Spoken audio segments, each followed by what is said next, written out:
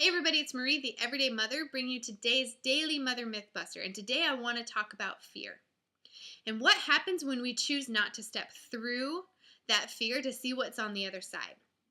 So here's what I've learned in my experience and in watching the people around me and the world around me is that our shadow will use our one greatest fear against us and will show us this fear.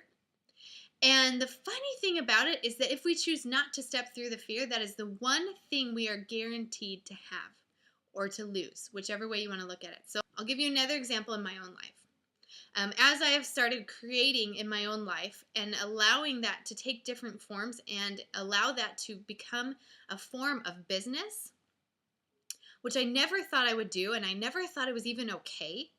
Now that I am stepping into that, my kids were having a huge meltdown one day, and my shadow showed up and said, "This is all your fault, Marie, because you are choosing to do other things with your life.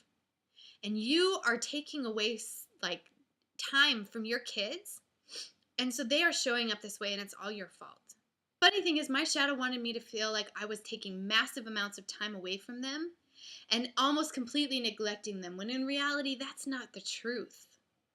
The truth is that I can do both, and that I can take time while they're napping and while they're doing a few things here and there and be able to create things in my own life. And being able to create things in my own life offers up the opportunity for me to show them how to do that in their life.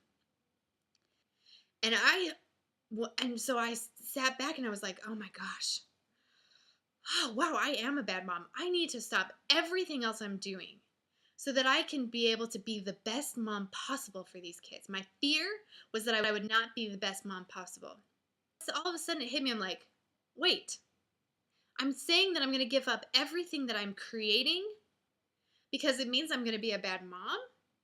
Like, my kids were crying and screaming. I can date my kids crying and screaming back to before this ever happened. It's not like this is the first time they've ever cried or screamed.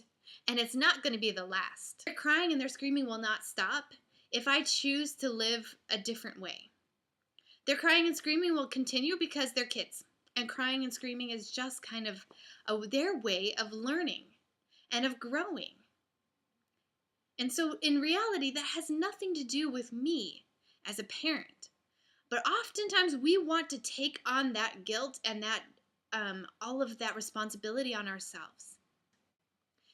Their way they are showing up had nothing to do with what I am doing outside of this. But it was the one thing I was guaranteed to lose if I chose to give up everything. And that is the fact that I am a fantastic mom because I know how to create in my own life.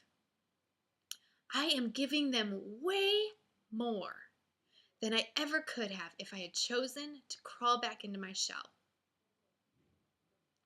People ask me all the time, Marie, what do you have to give up in order to be able to do these things? And I say, absolutely nothing. In fact, I have gained everything.